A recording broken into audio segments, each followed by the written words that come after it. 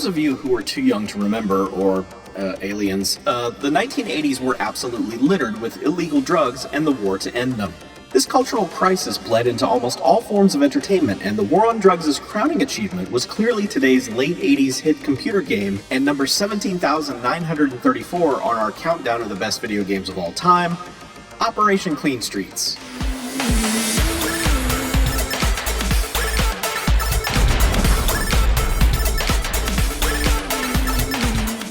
Operation Cleanstreets was released in 1988 on the Commodore Amiga, the Atari ST, and later in a hideous-looking version for MS-DOS. You might also know it as Manhattan Dealers, which is a worse title and sounds like a conglomerate of New York car salesmen.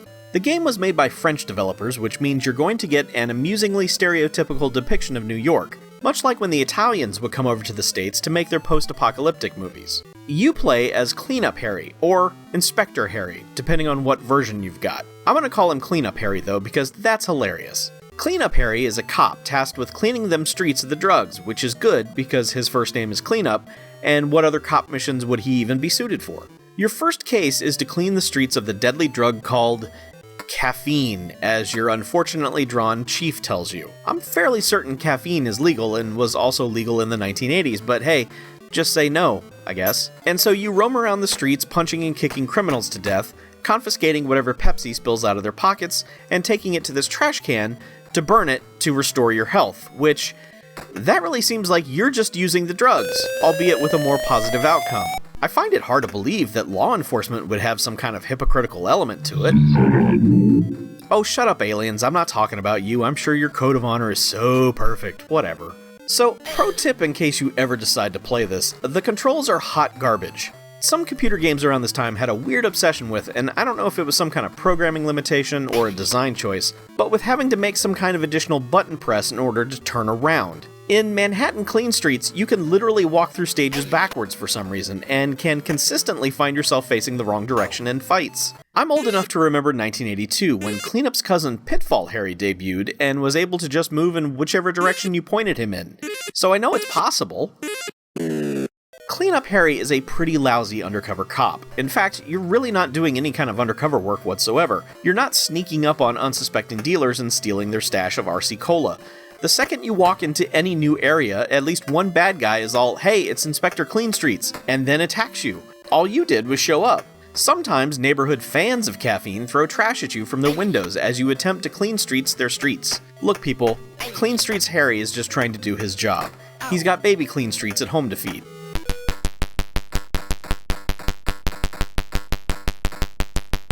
This son of a bitch has a chainsaw! The Caffeine racket is dangerous!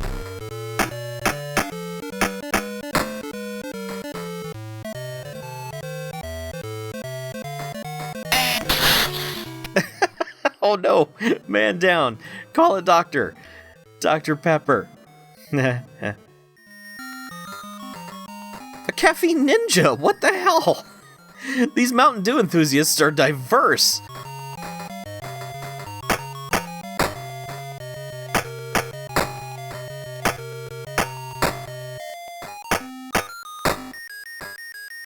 Ah, another one. Hey guys, how's it going? Just wanted to come and check out your dojo. Just gonna practice my moves here. You like them?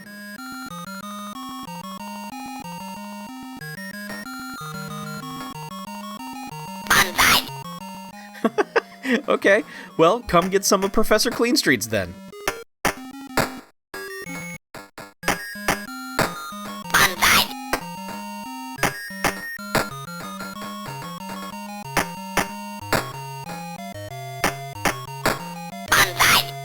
Oh, you want some too? Alright.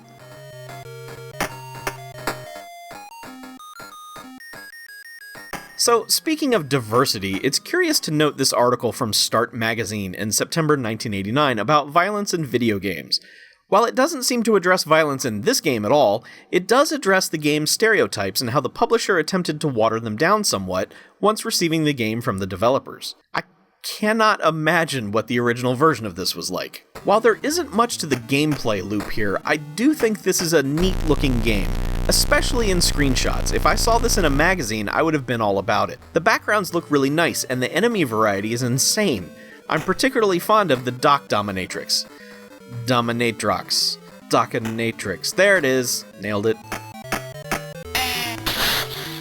Also, as someone who loves random nonsensical graffiti in video games, I love the notion that the Caffeine punks have announced their presence by writing things like hard on their buildings. Yo man, I go hard. Inject that Mr. Pibb straight into my veins.